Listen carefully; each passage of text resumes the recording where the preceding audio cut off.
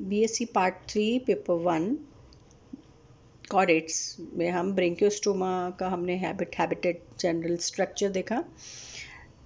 ब्रेंकियोस्टोमा जो एनिमल है उसको हम लैंसलेट भी बोलते हैं, क्योंकि ये लेंस यानी भाले की आकृति का होता है, दोनों तरफ से नुकीला है ये। और एम्फीऑक्सस का मतलब भी सिमिलर है। एम्फी मतलब उभय, दोनों तरफ से, ऑक्सस मतलब नुकीला। तो ब्रेंकियोस्टोमा लैंसलेट या एम्फीऑक्सस जो है, इसका आहार नाल हम, इसका डाइजेस्टिव सिस्टम, किस तरह से ये भोजन ग्रहण करता है, किस तरह से इसमें पाचन होता है, वो सब देखेंगे। तो ये जो एनिमल है वो इस तरह से सिलेंड्रिकल लंबा एनिमल है और इसके आहार नाल मुख से प्रारंभ होकर और गुदा पर समाप्त होती है, माउथ टू एनस। और इसके जो आहार नाल है मुख्य रूप से 2 कंपोनेंट्स उसके अंदर होते हैं डाइजेस्टिव सिस्टम में। एक होती है आहार नाल एलिमेंट्री कैनाल और दूसरी होती हैं पाचक ग्रंथियां डाइजेस्टिव ग्लैंड्स। तो जो स्ट्रेट ट्यूब है माउथ से एनस तक की, वो अंदर से सीलिएटेड एपिथेलियम यानी कि पक्ष्माभिकी है, अधिचर्म से उपकला से बनी होती है। उसमें खूब सारे सीलिया या पक्ष्माभिका उपस्थित होते हैं। जो पहला पार्ट है एलिमेंट्री कैनाल का, आहार नाल का, वो है माउथ, मुख। मुख जो है वो एक ऐसी संरचना है जो कि बिल्कुल आगे वाले पोर्शन पे वेंट्रल साइड में उपस्थित होती है। यहाँ पर माउथ प्रेजेंट है और हम इसके मुख की संरचना को बड़ा करके देखते हैं, अगर आवर्धित करके देखते हैं तो ये जो मुख की संरचना है ये एक बहुत इंपॉर्टेंट संरचना होती है। पूरा का पूरा एपरेटस या पूरा का पूरा उपकरण ये वाली पूरी संरचना बनाती है। ये बहुत इम्पॉर्टेंट है क्योंकि इसके अंदर भोजन लेने का जो प्रकार है वो फिल्टर फीडिंग प्रकार का होता है, निस्यंदक प्रकार का भोजन ग्रहण करने का तरीका इसके अंदर होता है। ये जो एनिमल है मैंने बताया कि ये किस तरह से पिछला पोर्शन इसका ज़मीन में धंसा हुआ रहता है और ये जो मुख वाला पोर्शन है, ये वाला जो पोर्शन है वो इस तरह से बाहर निकला हुआ रहता है, ये ज़मीन के बाहर निकला हुआ रहता है। ये इसका पूरा बकल अपरेटस है, मुख्य उपकरण है जिससे कि ये पक्ष्माभिकीय गति के द्वारा इनकी पक्ष्माभिकी ओरल हुड की जो सिराएँ हैं, जो सीलियाँ हैं और उनके ऊपर पक्ष्माभिका हैं और अंदर गिल्स के अंदर पक्ष्माभिका हैं, उन सब के अंदर तरंग प्रोड्यूस, उनकी लगातार बीटिंग से पानी में करंट प्रोड्यूस होती है और फिर पानी अपने साथ सूक्ष्म जीवों को लेकर इसके मुख तक आता है। तो ये इस तरह से संरचना पूरी है। इसका इंटीरियर पार्ट जो है ये बाहर निकला हुआ रहता है, ऊर्ध्वाधर ये जब खड़ा होता है। नाउ द फर्स्ट हमने देखा है, पहली जो भाग है उसका वो है मुख, माउथ। This is mouth. जो मुख है वो चारों तरफ एक विशेष प्रकार की संरचना से घिरा हुआ रहता है जिसको हम बोलते हैं ओरल हुड या बक्कल कैविटी। ये ओरल हुड या बक्कल कैविटी जो है, दिस इज ओरल हुड, ये ओरल हुड है, या बक्कल कैविटी है। इसको आवर्धित करके हम देखते हैं इस तरह से, ये बक्कल कैविटी है, ओरल हुड। देखिए इस ओरल हुड के अंदर जो अलग अलग इसके पोर्शंस हैं, देखिए बक्कल सिराए, वेस्टिब्यूल एंड व्हील ऑर्गन, ये है बक्कल सिराए। मतलब कि जो इसका मुख्य भाग है उसके अंदर कई सारे सिराए होते हैं, कई सारे स्पर्शक नुमा संरचना होती हैं और ये ओरल हुड की लेटरल साइड पे, पार्श्व सतह पर उपस्थित होते हैं और 10 से 11 जोड़ी होते हैं, स्टिफ होते हैं, कठोर होते हैं, स्लैंडर और पक्ष्माभिकीय होते हैं। इन पे संवेदी पेपिला लगे रहते हैं। ये तरुण अवस्था में इनकी संख्या कम होती है, लेकिन जैसे जैसे ये ब्रेंकियोस्टोमा की एज में वृद्धि होती है वैसे वैसा इनका नंबर बढ़ता जाता है। अंदर की तरफ इनके अंदर जिलेटिनस, जो ग्रीन कलर की हमने बना रखी है, जिलेटिनस रॉड है जो इसका स्केलेटन होती है और ये स्केलेटन उसको मजबूती प्रदान करती हैं और ये सारे सिराए मिलकर, ओरल सिराए या बक्कल सिराए मिलकर एक छन्नी नुमा संरचना बनाते हैं। सो इसके कारण से ये जो पर्दा नुमा संरचना है जिसको हम ओरल हुड बोलते हैं, वो फ्रिल, झालर जैसी होती है और ये झालर जैसी संरचना इस झालर जैसी संरचना के किनारों पर, फ्री साइड्स में, ये बक्कल सिराए लगे रहते हैं। देखिए, और फिर इसके अंदर ये अंदर मुख है जो कि एंटीरियर वेंट्रल यानी कि अग्र अधर्य दिशा में मध्य सतह पर उपस्थित होता है। तो जो इसका ओरल हुड है या जो इसकी बक्कल कैविटी है, उसका जो पहला पार्ट है दैट इज बक्कल सिराए। ये जो मुख है वो एक अंदर फनल नुमा संरचना में खुलता है, कीप नुमा संरचना में खुलता है, जिसको हम बोलते हैं वेस्टिब्यूल। This is vestibule. ये जो वेस्टिब्यूल है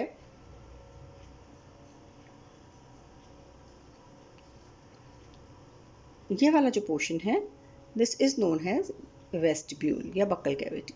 ये फनल की शेप का होता है और ये एक्टोडर्म या अधिचर्म जो है उसकी बाह्य चर्म जो है उससे लाइन रहता है, आस्तरित रहता है और ये बाहर की तरफ जो है वो मुख इसमें खुलता है।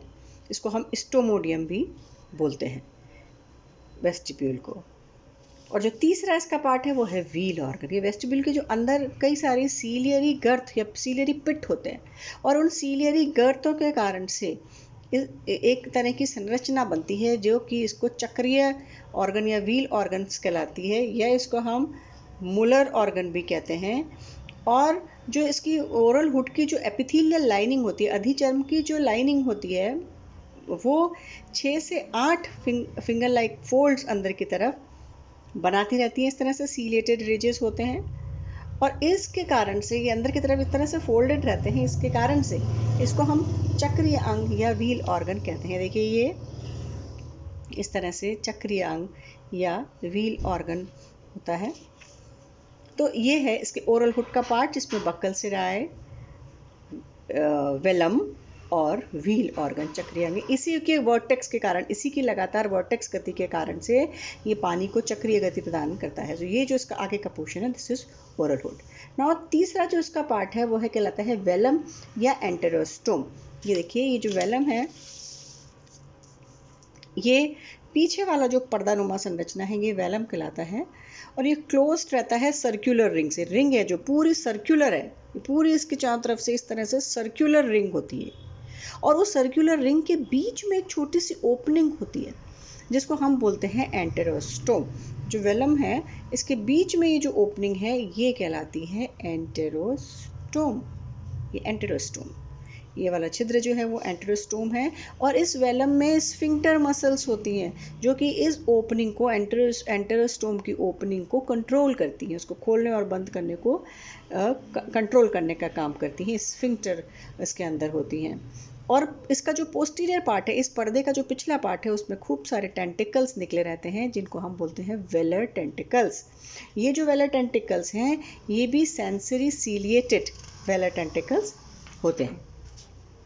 चौथा जो इसका मुख्य भाग है वो है ग्रसनी या फेरिंग्स। तो अभी हमने देखा इसका जो आहार नाल है उसका सबसे पहला पार्ट जो है वो ओरल हुड, जो इसके अंदर एंटीरियो वेंटर यानी कि अग्र अधर्य दिशा में मुख उपस्थित है। मुख के चारों तरफ फ्रिल लाइक एक ओरल हुड है। उस ओरल हुड या बक्कल कैविटी है जिसके अंदर की बक्कल सिराए लगे हुए हैं जो स्केलेटल रॉड उसके अंदर होती है। अंदर की तरफ मुड़कर ये सीव बनाते हैं या छल्ली बनाते हैं और इसमें खूब सारे टेंटिक जो सिराए होते हैं। वेस्टिब्यूल एक फनल नुमा संरचना में ये खुलता है और वेस्टिब्यूल के बाद में वेलम आता है। वेलम के अंदर एंटेरोस्टोम छिद्र होता है जो स्फिंक्टर मसल्स के द्वारा उसकी ओपनिंग कंट्रोल रहती है और पीछे ये वेलम वेलर टेंटिकल्स बनाते हैं जो कि बक्कल सिराए के जैसे ही संवेदी होते हैं और उनमें संवेदी कोशिकाएं भी उपस्थित हो सकती हैं। तो चौथा इंपॉर्टेंट पार्ट है वो ये इसके पीछे का पार्ट है जिसको हम बोलते हैं फेरिंग्स या ग्रसनी। और जो फेरिंग्स है ये दिस इज फेरिंग्स। इस फेरिंग्स के अंदर ये लार्ज होती है, सबसे बड़ी है, ये लगभग आधा पोर्शन इस एनिमल का इस फेरिंग्स से ही घिरा रहता है और 1/2 ऑफ द एंटीरियर पार्ट जो है वो इसी से घिरा हुआ रहता है। लेटरली कंप्रेस्ड होती है, पार्श्व दिशा से संपीड़ित होती है, बड़ी होती है, आशय स्पेशियस होती है और ये एट्रियल कैविटी के अंदर सस्पेंडेड रहती है मीजेंट्री से लटकी हुई ये रहती है। इसके भी कई सारे कंपोनेंट्स हैं, जैसे पहला है इसकी दीवार जिसको हम बोलते हैं फेरिंजियल वॉल। जो फेरिंग्स की दीवार है that is pharyngeal walls and Gill slit. Pharyngeal wall पहला इसका कंपोनेंट है। तो ये जो फेरिंजियल वॉल है इसके अंदर 150 से 200 पेयर जो होते हैं वो एक साइड में वर्टिकल ओपनिंग, ओब्लिक देखिए आप, इस तरह की वर्टिकल ओपनिंग इसके अंदर होती हैं जिन्हें हम गिल स्लिट्स या गिल क्लेफ्ट्स कहते हैं और ये उम्र के साथ में बढ़ती जाती हैं पोस्टीरियर साइड्स ऑफ फेरिंग्स के अंदर। और इन्हीं गिल स्लिट्स के द्वारा ये जो फेरिंग्स है ये एट्रियल कैविटी से या एट्रियम से कम्युनिकेट करती है। ये देखिए, ये जो फेरिंग्स है, इस फेरिंग्स के बाहर एट्रियम है जो कि एट्रियोपोर के द्वारा बाहर खुल रहा है। तो जो एट्रियम है, इससे ये फेरिंग्स इन गिल छिद्रों के द्वारा ही कम्युनिकेट करती है। तो ये जो इन दोनों के बीच में गिल, जो एडजेसेंट फेरिंजियल वॉल है, दो एडजेसेंट गिल के बीच में जो फेरिंजियल वॉल है, ये कहलाती है गिल बार, गिल बार कहलाती है। और इसकी जो संरचना है, वो गिल्स की जो संरचना है वो बहुत इंपॉर्टेंट है, क्योंकि इसके अंदर ही बहुत सारे सीलिया जो है, पक्षमाभिकाएं उपस्थित होते हैं। हम अगर गिल की संरचना देखें तो इस तरह से लगभग लगती है। प्राइमरी गिल बार, ये है सेकेंडरी गिल बार। और ये जो प्राइमरी गिल बार है, इसमें एक सिलोमिक देहगुए कैनाल होती है, ब्लड वेसल होती है। और इसकी जो एपिथीलियम है, उसमें आप देखिए कि वो पक्षमाभिकीय है। और सेकेंडरी गिल रॉड के अंदर सिलोमिक कैनाल नहीं है, लेकिन ब्लड वेसल इसमें भी उपस्थित होती है। और इन दोनों के बीच में गिल स्लिट है। देखिए रॉड्स, दो गिल स्लिट्स जो है वो दोनों तरफ से इस तरह से प्राइमरी गिल बार और सेकेंडरी गिल बार से घिरी रहती है। इंपॉर्टेंट बात यह है कि इसकी जो ऊपर की तरफ की कोशिकाएं, ये जो सीलियाँ हैं, सॉरी, ये कहलाती हैं फ्रंटल सीलिया, ये कहलाती हैं लेटरल सीलिया। और लेटरल सीलिया, और ये वाली जो लेटरल सीलिया है, इनकी और फ्रंटल सीलिया की बीटिंग से, लगातार बीटिंग से ही पानी के अंदर करंट प्रोड्यूस होती है। तो ये इम्पॉर्टेंट है। ये इसके अंदर गिल्स की जो संरचना है वो इस प्रकार से होती है। ये देखिए, जितने भी गिल्स हैं, इनकी संरचना इसी प्रकार की होती है। गिल बार या गिल रॉड्स इनके अंदर प्रेजेंट होती हैं। तो ये इम्पॉर्टेंट पार्ट है। दूसरा इम्पॉर्टेंट पार्ट है इसका फेरिंग्स का, वो है एंडोस्टाइल। एंडोस्टाइल जो होती है उसको हाइपोब्रेंकियल ट्रैक्ट भी बोलते हैं। This is endostyle. ये नीचे की तरफ है, देखिए हाइपोब्रेंकियल मतलब ब्रेंकियल रीजन के अधर्य भाग में, यहाँ तक देखिए ये एंडोस्टाइल है।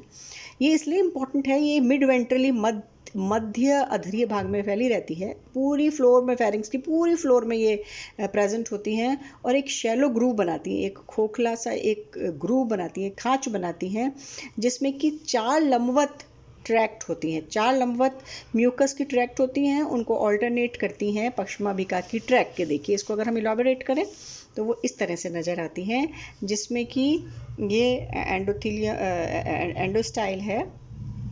देखिए इसके अंदर ये 1 2 3 4 सीलिएटेड ट्रैक्ट्स है, जिसमें मीडियन जो सीलिया है वो सबसे ज़्यादा बड़ा होता है। ये प्राइमरी गिल बार, जैसे सेकेंडरी गिल बार, और इसके अंदर पूरे में सब एंडोस्टाइलस सीलोम चलती हैं। तो ये 4 सीलिएटेड ट्रैक्ट ऑफ म्यूकस हैं जो ऑल्टरनेट करती हैं with 5 tracts of ciliated cells. Mucus की कोशिकाएं जो हैं वो सीलिया की कोशिकाओं को ऑल्टरनेट, एकांतरित क्रम में व्यवस्थित रखती हैं। इसका मुख्य काम वैसे तो म्यूकस का स्रावण करना है, लेकिन बैरिंगटन ने 1968 में ये बताया था कि ये जो एंडोस्टाइल है वो बड़े जो जंतु होते हैं, विकसित जंतु होते हैं, उनमें थायराइड ग्रंथि में रूपांतरित हो जाती हैं, क्योंकि ये इसके अंदर देखा गया कि रेडियो एक्टिव आयोडीन को कंसंट्रेट करने की क्षमता होती है, जो कि हमारी थायराइड ग्रंथि करती है। तो ये इन जंतुओं की एंडोस्टाइल है जो आगे चलकर वर्टिब्रेट्स की थायराइड ग्रंथि बनाती है। तो ग्रसनी के 2 इंपॉर्टेंट भाग हमने देखे, फेरेंजियल पोर्शन ये वाला, और नीचे ये एंडोस्टाइल जो है। तीसरा है एपीफेरेंजियल ग्रूव। एपीफेरेंजियल ग्रूव जो है वो प्रोमिनेंट होता है, सीलिएटेड ग्रूव होता है, और रूफ ऑफ फेरिंग्स के अंदर मिड डॉर्सली प्रेजेंट होता है। This is epipharyngeal groove. ये ऊपर की तरफ ये एपीफेरेंजियल ग्रूव है। This is epipharyngeal groove. दूसरा है peripharyngeal band. This is peripharyngeal band. देखिए ये वाला जो रीजन है जिसको हम बोलते हैं पेरीफेरेंजियल बैंड, जो कि नैरो सीलिएटेड बैंड्स हैं और रन्स ओब्लिकली अपवर्ड्स, पीछे की तरफ और बैकवर्ड डायरेक्शन में ये चलते हैं पेरीफेरेंजियल बैंड्स इस तरह से। तो ये पीछे की तरफ बढ़ते जाते हैं पेरीफेरेंजियल जो बैंड है, प्री ब्रेंकियल रीजन, और ऊपर की तरफ मुड़कर ये प्री ब्रेंकियल रीजन बनाते हैं। प्री ब्रेंकियल रीजन इस तरह से सारे ये ऊपर की तरफ ऊपर आते हैं, और ये प्री ब्रेंकियल रीजन, ये देखिए this is pre branchial parts of pharynx. तो ये इसके भाग हैं। हमने देखा गिल स्लिट्स उसमें उपस्थित हैं, किस तरह से इनके ऊपर पक्षमाभिकाएं उपस्थित होती हैं। एंडोस्टाइल है इसके अंदर, एपीफेरेंजियल ग्रूव है, पेरीफेरेंजियल बैंड्स हैं पीछे की तरफ, जो जाते रहते हैं इस तरह से। तो ये इसका पूरा फेरिंक्स वाला पोर्शन का रीजन है। अब इसके बाद में ग्रसनी जो है, ग्रसनी के बाद में प्रारंभ होती है ईसोफेगस, ग्रासनाल। तो इसके बाद में यहाँ तक का जो हमने स्ट्रक्चर है वो ये यहाँ तक का स्ट्रक्चर है। इसके बाद में देखिए ये है इसकी ईसोफेगस, बिल्कुल ईसोफेगस में छोटी सी ये ईसोफेगस है। ईसोफेगस के बाद में चालू होता है जो ये भी सीलेटेड है इंटरनल, और ये इंटरनल सीलेटेड होती है और ये बाद में खुलती है इंटेस्टाइन में। इंटेस्टाइन भी उतनी ही लंबी है जितनी की फेरिंक्स होती है, और डॉर्सल मेजेंट्री से ये लटकी हुई रहती है, स्मूथ मसल से कवर्ड रहती है। और इसके 3 भाग होते हैं। एक होता है मिडगट, जो कि सीलियरी ट्रैक्ट है इस मिडगट का, और जहाँ मिडगट और ईसोफेगस मिलते हैं वहाँ पर इस तरह से ये मिडगट डाइवर्टिकुलम है, अंधनाल है, मिडगट डाइवर्टिकुलम ये कहलाती है। उसके बाद में इलियोकॉलिक रिंग है, मिडगट के पीछे जो होती है वो इलियोकॉलिक रिंग होती है, और उस इलियोकॉलिक रिंग के पीछे होती है हाइंड गट। और हाइंड गट जो होती है, ये हाइंड गट, इस हाइंड गट की जो ओपनिंग है वो एनस के द्वारा बाहर की तरफ ये खुलती है, और इसमें भी स्फिंक्टर मसल्स होते हैं जो कि इसको कंट्रोल करते हैं। ये है इसकी एलिमेंट्री कैनाल। और एलिमेंट्री कैनाल जो है उसके बाद में जो सेकंड पार्ट है डाइजेस्टिव ग्लैंड सिस्टम का, वो होती हैं डाइजेस्टिव ग्लैंड्स। तो हम देखा कि दूसरा जो मेन इम्पॉर्टेंट भाग है डाइजेस्टिव सिस्टम का वो है डाइजेस्टिव ग्लैंड। तो हमने ये जो बनाई थी मिडगट डाइवर्टिकुलम, ये मिडगट डाइवर्टिकुलम इसके लिवर का काम करती है, और इसकी जैमोजन कोशिकाएं जो होती हैं वो नंबर ऑफ डाइजेस्टिव एंजाइम्स स्रावित करती हैं, और इंटेस्टाइन की जो एपिथेलियल लाइनिंग होती है, उपचर्म की जो कोशिकाएं होती हैं, वो भी कई सारे डाइजेस्टिव एंजाइम्स स्रावित करती हैं। So this is all about the alimentary canal of branchiostoma, जिसमें मुख्य रूप से ये पार्ट है जिसको हमने इस तरह से एलैबोरेट करके देखा। This is all about the digestive system, जिसमें कि आहार नाल, एलिमेंट्री कैनाल और डाइजेस्टिव ग्लैंड्स हमने देखी। नेक्स्ट टॉपिक में हम देखेंगे physiology of the digestive system.